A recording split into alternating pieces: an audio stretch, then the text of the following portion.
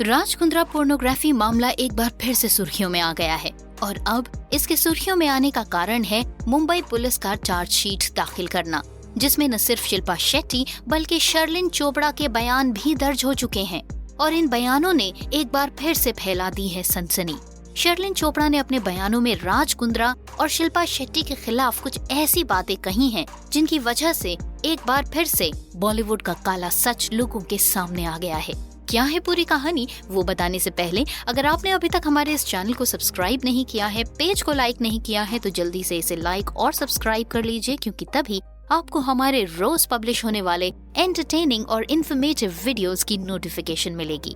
अब आइए वीडियो में बढ़ते हैं आगे और आपको बताते हैं कि शर्लिन चोपड़ा ने अपने बयान में कौन से भयानक और सनसनीखेज खुलासे किए हैं। मुंबई पुलिस ने 15 सितंबर को राज कुंद्रा पोर्नोग्राफी केस में चार्जशीट फाइल कर दी है।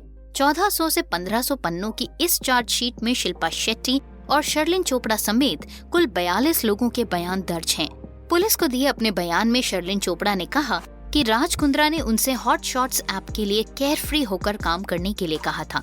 मुंबई पुलिस द्वारा फाइल चार्जशीट के मुताबिक शर्लिन ने कहा था कि उन्होंने द शर्लिन चोपड़ा नाम का ऐप बनाने के लिए आर्म्स प्राइम मीडिया लिमिटेड नाम की कंपनी के फर्म के साथ एक कॉन्ट्रैक्ट साइन किया था। तब सौरभ कुशवाहा और राज कुंद्रा आर्म्स प्राइम के डायरेक्टर हुआ करते थे। उस ऐप के बनने के बाद शर्लिन चोपड़ा की तस्वीरें और वीडियोस उस एप्लीकेशन पर डाली जाने लगी। आर्म्स प्राइम के साथ हुए करार के मुताबिक उस ऐप से आने वाले रेवेन्यू का 50% हिस्सा शर्लिन चोपड़ा को मिलना था, मगर उन्हें 50% रकम कभी भी नहीं मिली।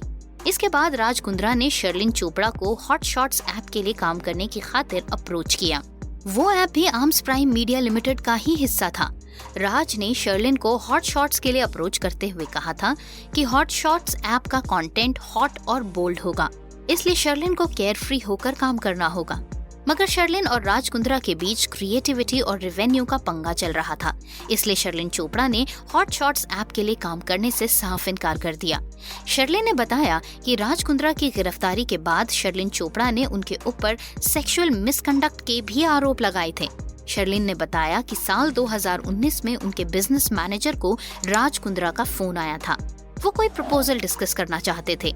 27 मार्च 2019 को इससे जुड़ी एक मीटिंग रखी गई। इस मीटिंग के बाद राज और शर्लिन के बीच टेक्स्ट मैसेजेस पर बहस हो गई, जिसके बाद राज बिना कुछ बताए उनके घर चले आए। शर्लिन के मना करने के बावजूद वो उन्हें चूमने की कोशिश करने लगे।